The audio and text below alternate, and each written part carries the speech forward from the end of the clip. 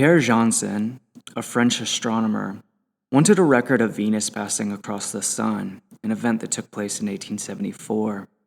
He developed what he called a revolver photographique, which was a cylinder-shaped camera in which a photographic plate revolved. The camera automatically took pictures at short intervals, each on a different segment of the plate. The result, photographed by Janssen in Japan, was not yet a motion picture, but it was a step in that direction, and it gave ideas to others. About the same time, English-born Edward Muybridge was doing experiments sponsored by Leland Stanford, the former governor of California. Stanford, who was a horse breeder, sensed that the devices used by his trainers to improve gait and speed were based on imprecise knowledge of how the horse actually ran. Muybridge, who was already a celebrated photographer, undertook to provide data. He placed a series of cameras, at first 12 and then later several times that many, side by side along the track. From these cameras, parallel threads ran across the track. A horse galloping through them clicked the cameras in swift succession. The photos gave information on each stage of the gallop. The study of animal motion became an obsession for Muybridge. By 1880, he had learned to project sequences of his photos with an adaptation of the magic lantern, and thus to present a galloping horse on a screen at various possible speeds. The results were eye-opening to many who saw them. Muybridge had foreshadowed a crucial aspect of the documentary film, that is, its ability to open our eyes to worlds available to us, but for one reason or another, not yet perceived. Muybridge applied this technique to numerous animals and later to men and women, athletes, dancers, and others, sometimes photographed in nude sequences. He's often evoked the poetry of ordinary, familiar actions. The celebrated French physiologist Etienne Jules Marais followed the work of Janssen and Muybridge with intense interest. Having seen a Muybridge galloping horse projection, Marais wanted to do something similar with bird flight, but birds could hardly be made to trip a series of threads on a pre-selected route. So Marais followed Janssen's lead, devising a fusil photographique, or a photographic gun, with which he could follow a bird in flight while shooting at split-second intervals. At first, as in Janssen's camera, the photos were successive images on the same glass plate, but in 1877 he switched to strips of photographic paper, and the following year to celluloid strips, putting 40 images on one strip. Besides birds in flight, he shot such phenomenon as a cat falling backwards from a height and landing on its feet. He too learned to project the results on a screen, and he was approaching motion picture technology, but his embryo documentaries were scarcely 3 or 4 seconds long. Georges Demony, who began as an assistant to Marais, was especially interested in problems of the deaf. He felt deaf people could be taught to lip read and perhaps even to speak if they could see over and over the characteristic mouth movements connected with sounds. So, in 1892, with his own adaptation of Marais' equipment, he began to shoot and project close-ups of mouths articulating short phrases. Again, an experimenter with special interests provided intimations of things a documentary film might be and do. The achievements of these and other experimenters were widely heralded, but it remained for protean professional inventors like Thomas Edison and Louis Lemaire, both of whom were racing against scores of other inventors throughout the world, to develop the experiments into a commercial reality and an industry. To some extent, Edison shared the documentary ardor of the early experimenters. Before he created his peep show, Kinetoscope, launched with explosive but short-lived success in 1894, he had met Muybridge and Marais and discussed their work with them. Edison himself often spoke of the archival and instructional value of motion pictures and sound recordings in both education and business. But in practice, his film work quickly took on a show business direction. In the end, it was Louis Lemaire who made the documentary film a reality, on a worldwide basis and with sensational suddenness. The reason why Lumiere and not Edison played this key role is rooted in sharp contrast between their technical inventions. The camera with which Edison began film production was an unwieldy monster. Several men were needed to move it. Also, Edison was intent on integrating the invention with another Edison specialty, that is, electricity, to ensure an even speed of operation. For both these reasons, the Edison camera was at first anchored in the tar paper covered studio called the Black Maria, built at West Orange, New Jersey. This camera did not go out to examine the world. Instead, items of the world were brought before it to perform. As such, Edison began with a vaudeville parade of dancers, jugglers, contortionists, magicians, strongmen, boxers, and cowboy rope twirlers. They appeared at a fixed distance from the camera, usually against a black background, deprived of any context or environment. The Louis Lemaire camera, on the other hand, launched in 1895, was totally different. It weighed only 5 kilograms, which was about 1/100th of the weight of the Edison camera. Known as the cinematograph, it could be carried as easily as a small suitcase. Hand-cranked, it was not dependent on electricity.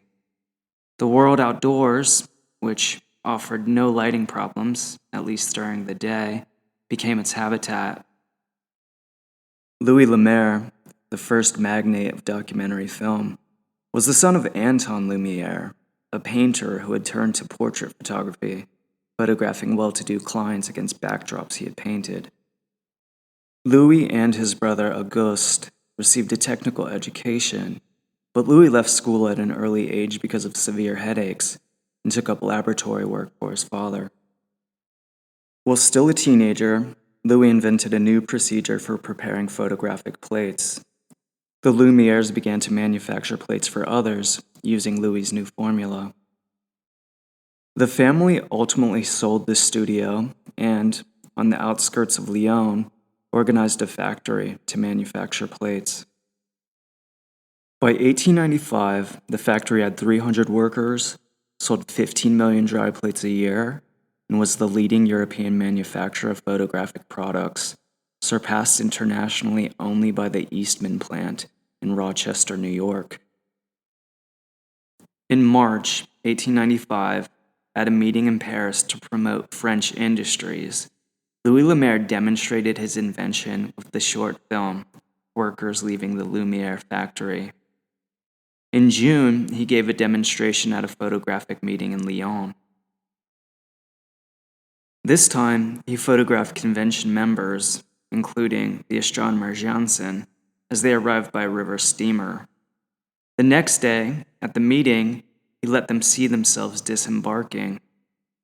The familiar, seen anew this way, brought astonishment.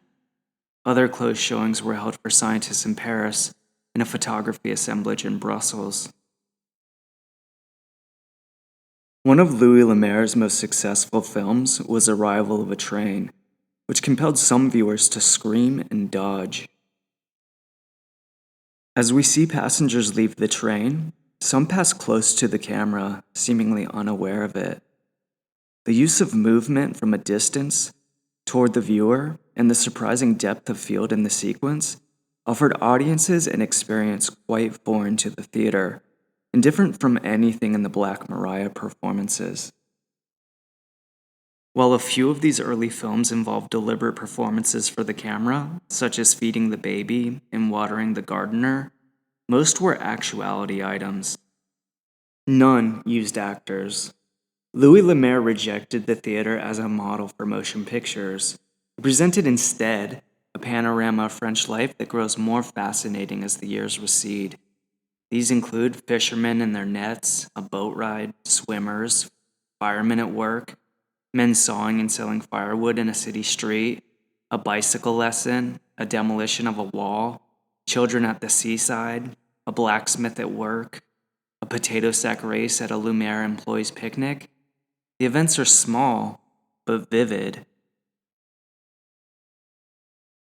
Meanwhile, operators filmed new items and soon announced a change in program with local events. The filming of these was done as publicly as possible. The idea was to lure people to the shows in the hopes of seeing themselves, which they sometimes did. In any event, the local items were often the high spot of the run. In Spain, arrival of toreadors. In Russia, the Coronation of Nicholas II. And in Australia, the Melbourne races, all 1896 products. To local audiences, they seemed ultimate proof that the cinematograph was no trick. The arrival of such material from abroad rapidly enriched the catalog, so that operators went forth with increasingly international assortments.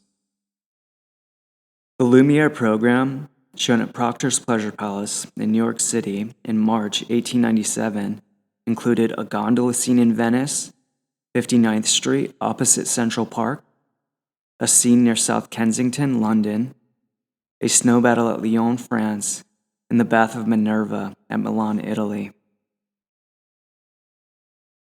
For wandering operators, improvisation became a habit.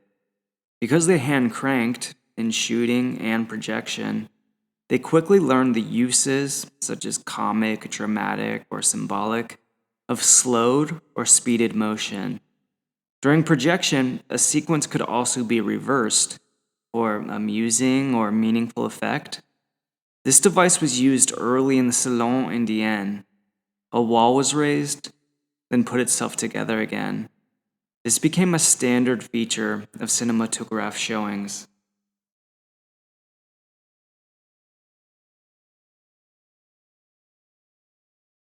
At the end of 1897, the Lumiere Company announced a sudden change in policy.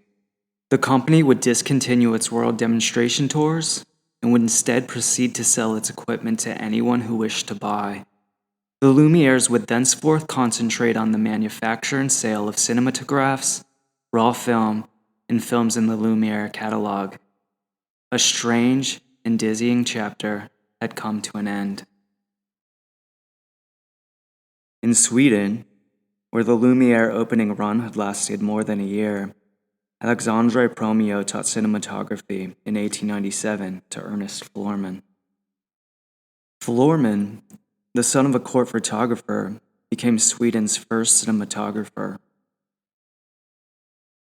The Danish royal photographer, Peter Elfelt, had visited Paris in 1896 and had tried to buy Lumiere equipment but had been refused.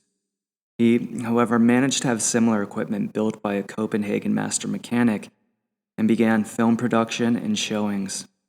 Early projects dealt with Greenland dogs, street scenes, and royal ceremonies. In England, former Lumiere operator Felix Meswich went to work for Charles Urban, who had come to London as an Edison representative. His company soon became one of England's most productive enterprises, specializing in documentary films. Antonio Ramos, a Spaniard who, upon finishing military service in the Philippines, became one of the first to buy a Lumiere cinematograph. He also bought 20 Lumiere films, with which he inaugurated the motion picture era in the Philippines. The films that Louis Lemaire had shot himself in 1895 and 1896 had often been fascinating reflections of French middle-class life. But in the cinematograph tours of his emissaries, as a matter of promotional practice, they had sought royal sponsorship and with triumphant success. All of this facilitated access to official functions and clinched other permissions, but the filmmen paid a price. They ultimately became purveyors of royal performances and agents of imperial public relations. Theodore Roosevelt was an especially eager performer. In 1898, during the Spanish-American War, he showed, according to Albert E. Smith, Vitagraph's co-founder, a willingness to halt his march up San Juan Hill and strike a pose. Along with worldwide ties to rulers, there came, perhaps inevitably, growing involvement with military leaders. Spanish-American War coverage was such a bonanza for Vitagraph that Biograph, the following year, sent its co-founder and chief cameraman, W.K.L. Dixon, Edison's aide during the kinetoscope days, to photograph the Boer War. Cinematographers were also on hand for the Boxer Rebellion and provided footage of the Russo-Japanese War from both sides. The leading film-producing countries of this period were, it's important to point out, nations with colonial empires. Not surprisingly, their work reflected the attitudes that made up the colonial rationale. Coverage of so-called natives generally showed them to be charming, quaint, sometimes mysterious, often loyal, and grateful for the protection and guidance of Europeans. Europeans were interested in colorful native rituals, costumes, dances, and processions. Along with these colonialist tendencies, documentary film was increasingly infected by fakery. A 1902 film shot by Méliès in Paris, for example, that depicted the coronation of Edward VII in Westminster Abbey, was announced as an authentic reconstitution. Film companies didn't want to ignore headline events merely because their cameraman couldn't get there. Enterprise filled the gap. British producer James Williamson, for example, shot his 1898 Attack on a Chinese Mission Station in his backyard and some of his Boer War scenes on a golf course. The snows of Long Island and New Jersey provided settings for such action as Biograph's 1904 Battle of the Yalu and a competing Edison film, skirmish between Russian and Japanese advance guards. Amid such projects, the documentary tended to become a dubious and perfunctory part of film programs. The rise of multi-reel fiction films, and then of film stars, downgraded it even further. But the seeds for what documentary film could, and ultimately would become throughout the 20th century, were firmly sown. Louis Lemaire, in his first film, Workers Leaving the Lumiere Factory, was making what would later be called an industrial film and was acting as a promoter. In The Arrival of the Conventioners, he was a reporter. The maker of Woodcutters in the Street in Paris was more of a genre painter. In the works of many Lumiere operators, such as the panoramas of Venice and other cities, and the later Coolies at Saigon, we see the documentarist as a travel lecturer. In films of the Charles Urban Bioscope Expeditions, a series launched in 1903 to depict remote areas, we see the documentarist as popular educator. Urban assumed a similar function in science with his microbioscope series, Unseen World, launched in 1903 and including items such as cheese mites. Of course, none of these functions can be neatly separated. They never occur separately. The documentarist is always more than one of these, yet on different occasions, at different moments in history, the documentarist tends to bring different functions to the fore. This was true in the first decade of documentary history, and it remained true in later decades.